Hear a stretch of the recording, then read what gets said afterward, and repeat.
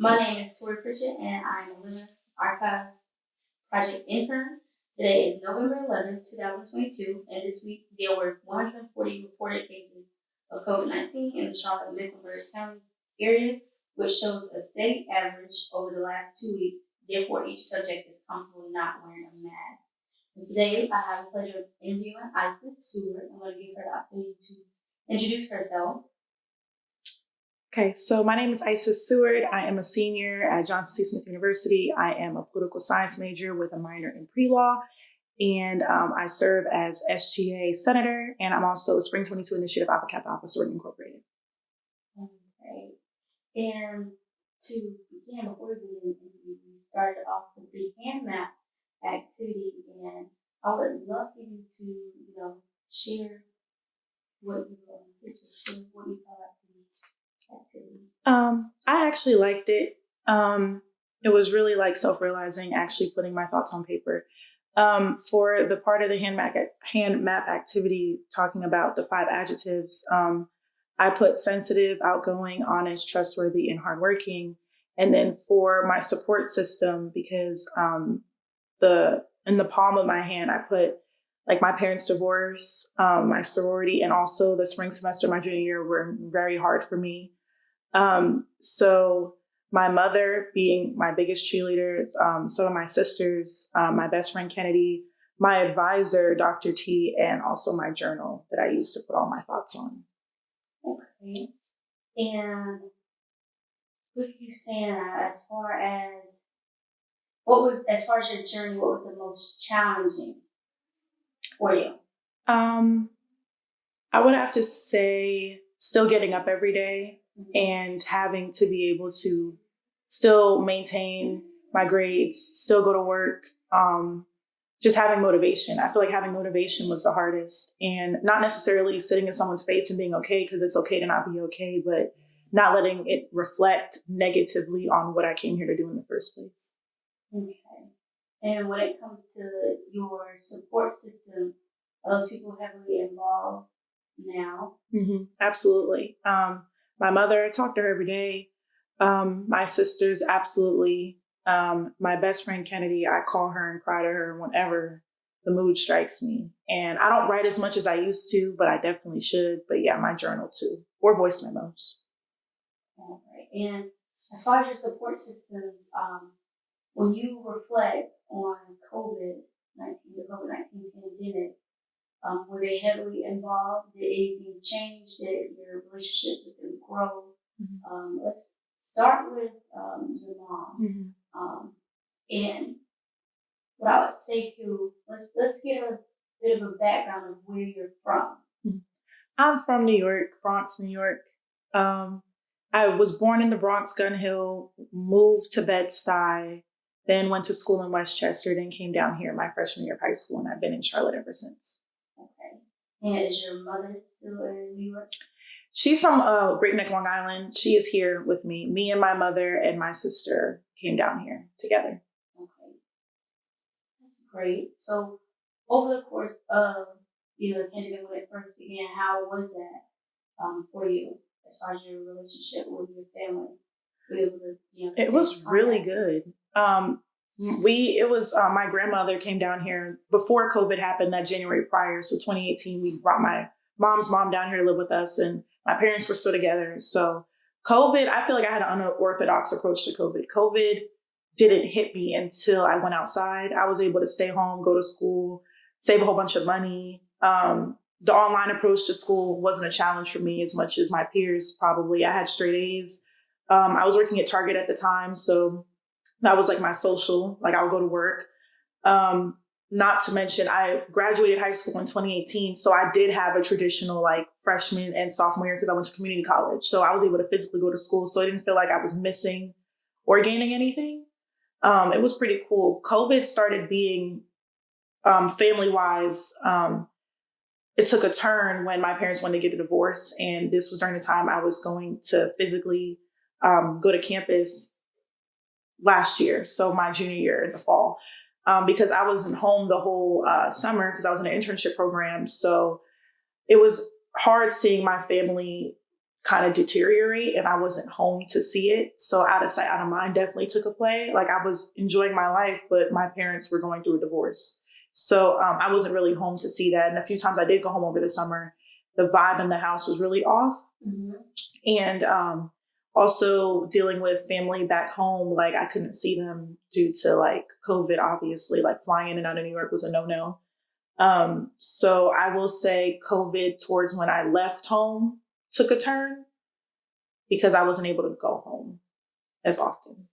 Gotcha. And with you saying it being out of sight, out of mind, with things that we don't have to go into depth, because I know it could be, something that you still are, facing as a challenge that, they have to deal with. But what were some ways that you kind of cope with it, or, how did you handle that, especially with, the pandemic going on? Were you able to reach out and, be a support system to your mom and dad? How was that? I feel like I could have done better with my mom. I was definitely able and capable. I was really into myself. I threw myself into school because I wasn't here my freshman and sophomore year at Smith.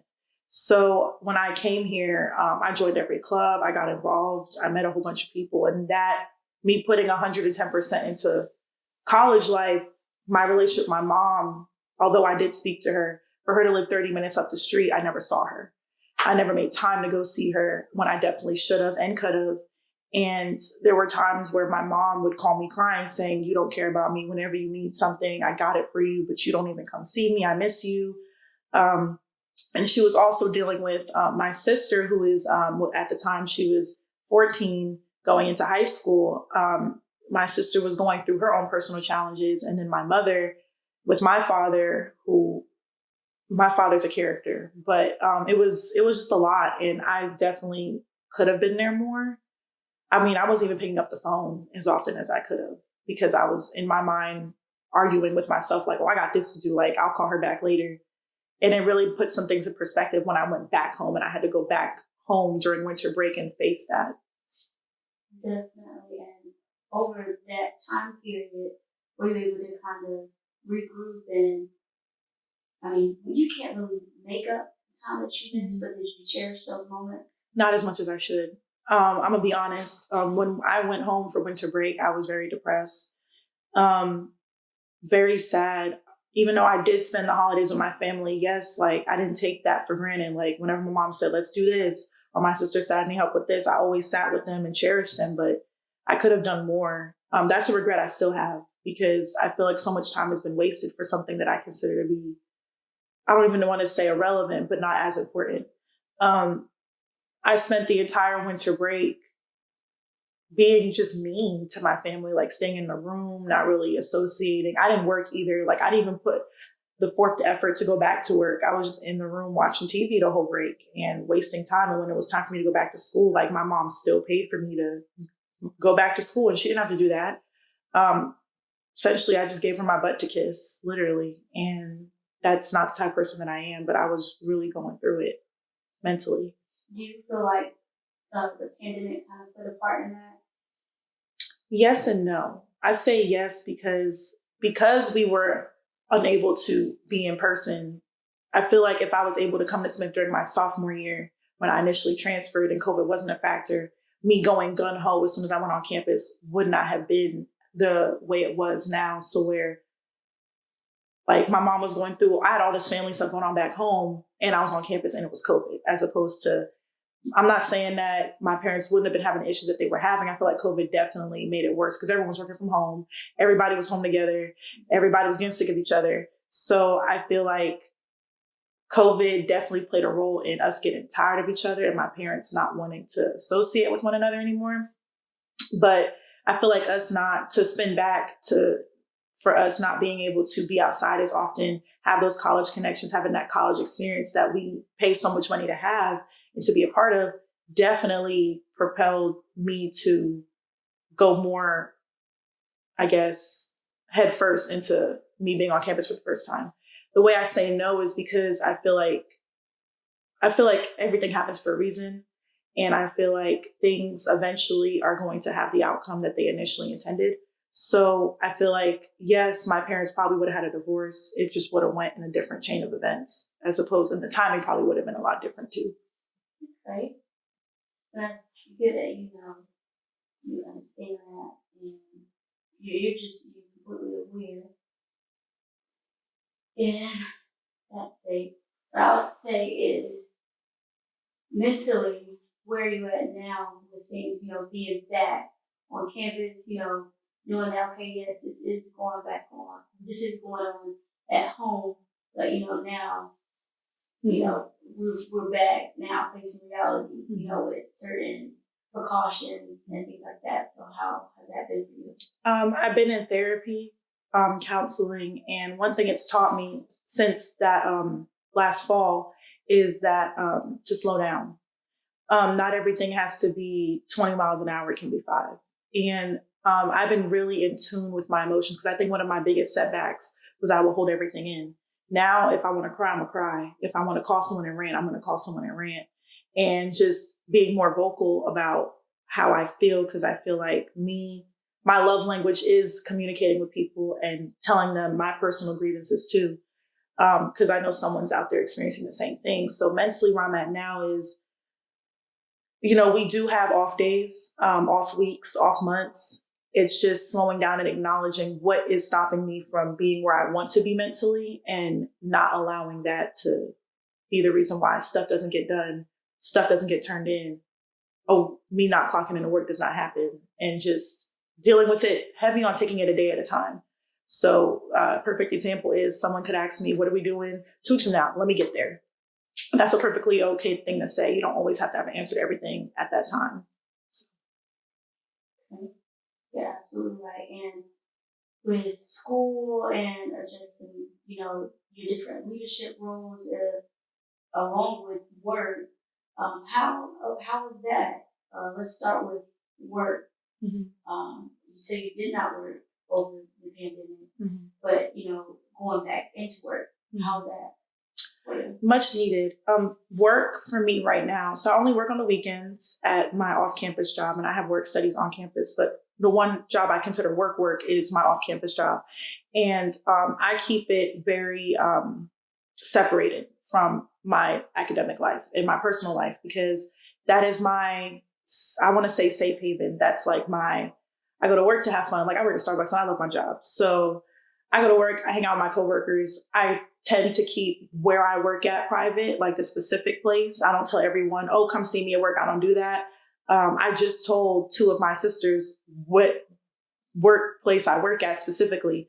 And that was a big step for me as well. My own boyfriend doesn't even know where I work specifically. So, and that's just my way of separating. Not that I don't trust you, just more in this is my space. When I'm at work over the weekends, I'll talk to you when I talk to you. But for the sake of just me having my own peace outside of, because I leave campus and I want everything that I left at campus to stay at campus. So that's just my way of dealing with that. So I look forward to going to work and not having to be at work and see a whole bunch of people that I thought I left at campus just walk through the front door. So it's just my way of separating. Okay, that's a good way to kind of separate it. Now, transitioning back to school, how is that for you? When it comes to, we just we're still actually, so transitioning from leaving home, going back to campus, with the requirements and things like that, the protocols that have to change, how is that for you? I will say from the fall when we had the cohorts, that was a headache, because I felt like it was very disorganized. I don't know if that was just the university. I feel like a professor was able to manipulate the class schedule the way they wanted to. So it was a headache in that way. In the spring, we got rid of the cohorts and we were told we were going to be full on in class every day. That was a yay, but a nay moment for me, because like I said prior, the virtual approach was never a problem for me. I've gotten really used to not going to class and logging in from a Zoom from my bed and finishing assignments like that. So I've grown to love virtual school just because it afforded me the ability to work more or do other things outside of physically going to class. So that was an adjustment within itself, because it's like now I have a big chunk of my day where I'm physically sitting in a classroom. And in my mind, I've already mentally checked out. So dealing with that, listening to a more traditional approach lecture-wise, I struggled going into that more than going virtual. So that was hard for me as well because my attention span was just not in class. I saw myself not going to class as often. If I had to physically get up, because there were some days where I would just have 1 hour class and it's like, well, I can either do laundry, cook, clean, do all this stuff from my room. Initially, I would have been in a Zoom call doing everything. Now I have to sit in the classroom for an hour. And I just felt like my time was being wasted, honestly. So that was an adjustment. And I'm still kind of dealing with that now as well, like in regards to my classes. So I think the best way to combat that is to just pick a schedule that interests you. Because I have some classes that I prioritize more than others. And do you feel like your professors, they were kind of understanding, like, because I'm sure you feel like that, maybe other students feel like that as well, like, hey, I'm not used to being in class and sitting in one spot for an hour now, so did your professor make any, adjustments or accommodations? Are they lenient when it comes to schoolwork? Absolutely. I put Dr. T on my hand map because she is my advisor and she's also the department chair for the political science department and interdisciplinary studies. So she is been with the university for 13 years and she was the first person I met when I came to Smith. And she's like my best friend. And she's one of those people that is big on mental health and she completely understands. And I can just relay to her like, hey, today is not the day. And she knows because of my work ethic and because I've had classes with her as well that I'm not just pulling nonsense out of my behind. So she knows that if I'm telling her this was going on and I'm really vocal and heavy on that communication aspect, absolutely. And then I've had other professors, like I was trying to work during the cohorts. So I was missing a lot of class because I just got this job and everything. So I was trying to make sure that I was maintaining my job in my academics. And I told my professor like, hey, this was going on.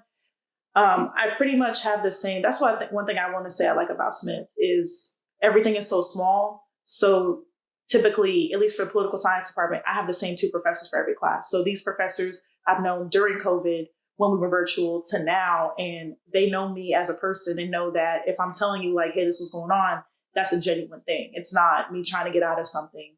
So I would just relay to Dr. King, who's been my professor for every political science class, this is what's going on. And for the most part, she's been really accommodating with extensions or anything else I need. Then for those who don't know, what the cohorts are going, explain what that. So essentially, last fall, we had a cohort system where if you look at your class schedule and depending on what class it was or what your major was, I'm not really sure how they determined who went where, but it would have a B or a G next to it. And white cohort was people who were strictly virtual. So those people were either at home or were on campus and just only doing virtual classes. But it would be like, depending on the class. So my yoga class, Tuesdays, I was in the blue cohort. So Tuesdays, we would have class in person. Thursdays, we would have class virtually. We had other students who, like, if they were in the gold, that if they had like a Monday, Wednesday, Friday class, it would be that week you go in person, the next week you would be virtual. So they kind of it was like an alternating schedule that way. Perfect. Thank you so much for that explanation. Now, as far as your other support system, you said that you have you're facing all these different roles, work, school balance, and that. Let's talk about self-care. I know you shared that your friend Kennedy played a huge role. She was definitely there for you. So you could definitely talk about that, or what are some things that you did when it comes to self-care? I met Kennedy during the transition from me leaving home because I lived with her over the summer in that internship. So she was present during a big role in my life. I never moved out of my house. I was never away from my family for that extended period of time, let alone living by myself. So she was present during a lot of big girl moments for me, and especially moving in on campus on the first time, all the way down to her giving me a whole dorm basket for me to just take with me. And even though she attends Davidson, she is always a phone call away, and she's always showed up and showed out for me in everything that I do. And any big decisions I wanted to make, she's always been my biggest cheerleader. So she's big on my self-care. Like, I feel like anytime I accomplish something, and she feels the same way the other way around, anything big, like she's literally a phone call away, and she's never made me feel like any accomplishment was too big or too little for her to hear about. And I get emotional thinking about her because she's literally been present during a very hard part of my adult life, probably the hardest thing I've ever had to do in the fall. Would you like to talk about it? Crossing into our sorority. It was really difficult. And that was part of the reason why I had a very depressing winter break. And then even coming back in the spring, thinking that everything was all said and done, it wasn't. And having to combat being alienated from certain individuals and dealing with basically finding myself before I chose to make that step in joining a sorority. Coming back full circle was very difficult, but she's always been my foundation and reminded me of who I am. Even though she didn't know me prior to it, she reminds me, she's not only my biggest cheerleader, she's like my mentor in a way. She's been there for me all the way down to looking at my resume, looking at an email I would send to somebody, mock interviews. Like, she's really been a major motivator for me. She's made me competitive too. She made me want to be better, not just be average. So I love her. I really love her. And our relationship has grown. Definitely glad to hear that. I am. Now, with it being your senior year, sure your support system is phenomenal. How are things going for you now? Now that we're still dealing with COVID, I know you're still facing challenges and overcoming certain challenges. So where are you now? Now that it's ironic you asked that, because I was just talking to my sister 2 days ago about how this was the 1 year anniversary that everything started falling apart, and kind of reflecting on where I was this time last year to how I am now.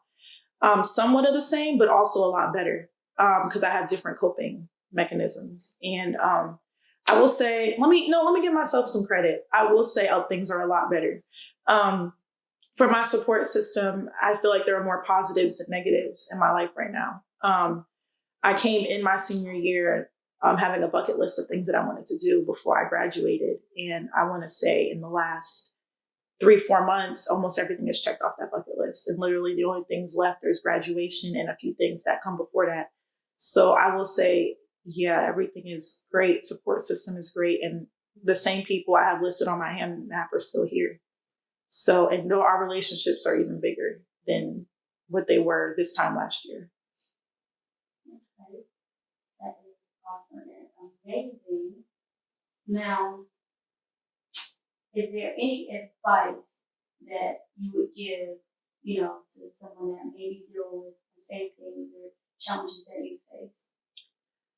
Take it a day at a time.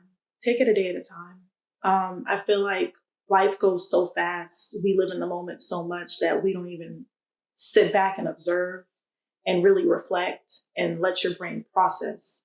One of my biggest challenges is processing and letting people, despite how people may feel like if you don't have an answer right now, come to it in your own time. Do not let other people be the reason why you work as fast or as slow as you do. Really take it a day at a time and process the way that makes you the most comfortable and the way that's most beneficial for you, because you'll thank yourself later and you won't feel as rushed. Okay. That was great advice. I think I'll actually take that as myself. Okay, and is there anything else that you would like to share? I definitely want to be respectful of your time. Is there anything else that you would like to share when it comes to your story? Anything exciting that's to come? Graduation. Hopefully grad school. Not even hopefully, grad school is coming. Yeah. Just finishing up strong. And are you ready to be this semester? Or May. Mm-hmm. And you're going straight into grad school? Taking a semester off to work, get some experience, and then, because I'm going to law school, so we're not allowed to work the first year. You fail out, and you have to have a waiver at some schools to work. So, yes. So knowing that, I just want to be more prepared, and also not feeling as rushed, heavy on, like I said, processing when you're ready to. I don't think I'm ready to finish a 4-year degree and then go straight into a 3-year program right now. I know I need to reflect, go back home, tie up some loose ends that I've left over the last 2 years at home, and get my mental right before I go back into that. I think that is a great idea. It seems like, you have to be in tune with reality. Mm-hmm. And that's definitely a good way to look at it and think about in that perspective. So I wish you the best of luck. I do appreciate you for taking the time out to share your amazing story. I really do. Thank you.